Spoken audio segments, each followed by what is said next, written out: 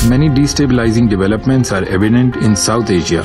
One state's military spending vastly outnumbers that of all others. This conventional imbalance can also lead to outbreak of conflict between nuclear-armed states due to the inherent danger of escalation. Pakistan warns of conflict over conventional imbalance. Pakistan के prime minister ने India को लेकर ये बात की थी कि हम 300 जंगें लड़ने के लिए तैयार हैं, और अब पाकिस्तान के रिप्रेजेंटेटिव जो कि यूनाइटेड नेशन की सिक्योरिटी काउंसिल में मौजूद हैं, उन्होंने डायरेक्टली ये इशारा दिया है कि हम न्यूक्लियर वार भी कर सकते हैं। अभी एक स्टेटमेंट कश्मीर को ही लेकर दिया था, उसमें काकड़ साहब का ये कहना था कि जी कश्मीर के लिए 300 बार जंग लड़ सकते हैं भारत से। मतलब ये कि 299 टाइम्स तो इनको पूरा यकीन है कि हम हारने वाले हैं। इस वक्त मेरे सामने दो स्पीचेस हैं, एक पाकिस्तान की तरफ से और एक इंडिया की तरफ से। जो यूएनएससी का मसला है वो काफ़ी अरसे से चल रहा है, और ख़ास तौर पर इंडिया की जानिब से यूएनएससी की परमानेंट मेंबरशिप जो है उसके हवाले से भी काफ़ी हम खबरें जो है आपके सामने पेश करते रहे।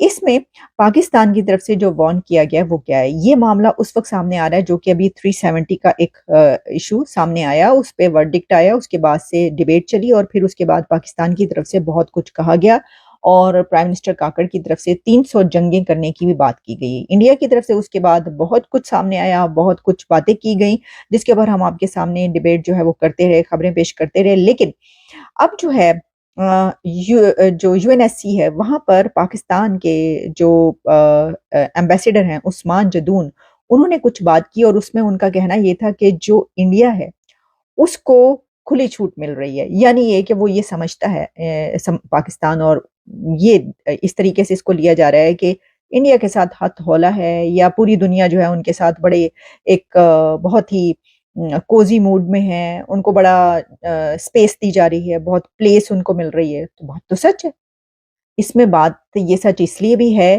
कि उनकी ये हैसियत है, उनकी इस वक्त ये औकात है, उनकी इस वक्त ये जगह है, उनकी इस वक्त वो इस तक एक्सेस हासिल कर चुके हैं। जो कुछ उन्होंने कर दिखाया है, 5th लार्जेस्ट इकोनॉमी उनकी, उसकी अपनी जगह तो बनती है। पाकिस्तान तो उसके पासिंग में नहीं है। लेकिन उन्होंने कहा क्या, ये डिबेट करने से पहले, तज्जिया करने से पहले जरा सुन लीजिए कि उन्होंने इसके अंदर फरमाया क्या है, ताकि हम इसको जो है बेहतर तरीके से समझ सकें।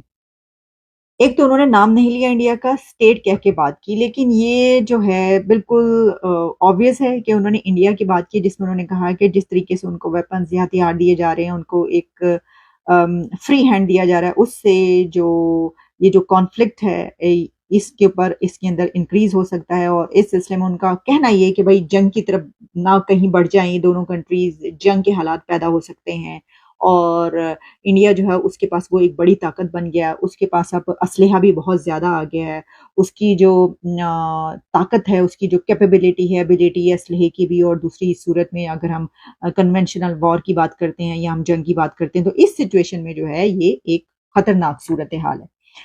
अब जैसा मैंने आपको कहा कि ये जो वो सही कहते हैं फिर के भाई रो रहे हैं, इसकी वजह ये है कि ये जो पोजीशन है, ये जो ताकत है, ये इंडिया ने अपनी काम से और अपनी कैपेबिलिटी से हासिल की है, वैसे तो नहीं मिल गई। अब वो 5th लार्जेस्ट इकोनॉमी है, उनकी पूरी दुनिया से ट्रेड इतनी बड़ी है, उनकी इन्वेस्टमेंट्स इतनी ज़्यादा हैं कि किसी की मजाल नहीं है दुनिया के मुल्क की कि उनके खिलाफ वो मुंह उठा के बात कर लें या उनको कुछ कह दें। सर मुझे ये बताएं कि जो पाकिस्तान के केयर टेकर प्राइम मिनिस्टर हैं वो अपनी जिम्मेदारी पूरी कर रहे हैं? पाकिस्तान का कोई भी बंदा अपनी जिम्मेदारी पूरी नहीं कर रहा। मैं आपको बता चुका हूँ कि एवरीबॉडी इज करप्ट, चाहे वो प्राइम मिनिस्टर है, चाहे वो XYZ कोई भी है। प्राइम मिनिस्टर ने क्या क्या कर रहे हैं प्राइम मिनिस्टर साहब? वो स्टेटमेंट तो दे रहे हैं। नहीं, वो कर क्या रहे हैं? मुझे बताएं कि वो जब से प्राइम मिनिस्टर बने उन्होंने इस मुल्क के लिए क्या किया है? ये मेरा सवाल आपसे बताएं। मैं यही तो कह रहा हूँ कि वो जाके स्टेटमेंट बड़ी बड़ी दे देते हैं कि हम ये कर देंगे, वो कर देंगे। प्रैक्टिकली उन्होंने, मेरे भाई, ये सारी प्लानिंग्स होती हैं। वो जो केयर टेकर वजीर आजम आया है उसको अलफ से बे का पता नहीं है कि मुल्क चलाना है कैसे। वो तो एक रिमोट कंट्रोल आदमी है, उसको रिमोट कंट्रोल चला रहा है, इतनी सी बात है। जो पाकिस्तान के रिप्रेजेंटेटिव हैं वहाँ पे उन्होंने ये बोला है कि हम एटॉमिक पावर हैं, और इंडिया को जो सा उन्होंने एटॉमिक पावर की धमकी दी है। क्या ये बेहतर चीज़ है? ये तो देखें, पिछले 20 साल से यही काम चल रहा है, पिछले 20 साल से यही बातें हो रही हैं। जो भी प्राइम मिनिस्टर आता है, जो भी मैनेजमेंट आती है, वो यही काम कर रही है। तो उन्हें शायद लगता ये है कि ये सारे सिर्फ बयान हैं जो जाकर वहाँ पे दिए जाते हैं, किया जाता है। उसके अलावा कोई स्टेटमेंट से इमेज नहीं खराब होती? प्रैक्टिकली इसमें कुछ भी नहीं है। लोगों को खुश करना है। किनको? जो बाहर की दुनिया उनको खुश कर रहे हैं, यूरोप को खुश कर रहे हैं, IMF को खुश कर रहे हैं, क्या कर रहे हैं? नहीं, तो ऐसी स्टेटमेंट देने से आपको नहीं लगता कि इमेज खराब होता है? नहीं, इमेज तो ख़राब होता है, बल्कि वो तो अपना ठीक करने जाते हैं, ख़राब करने नहीं जाते। वो तो अपना में इमेज कर रहे हैं, मुल्क के लिए तो कोई नहीं हो रहा, मुल्क के लिए तो कुछ नहीं हो रहा।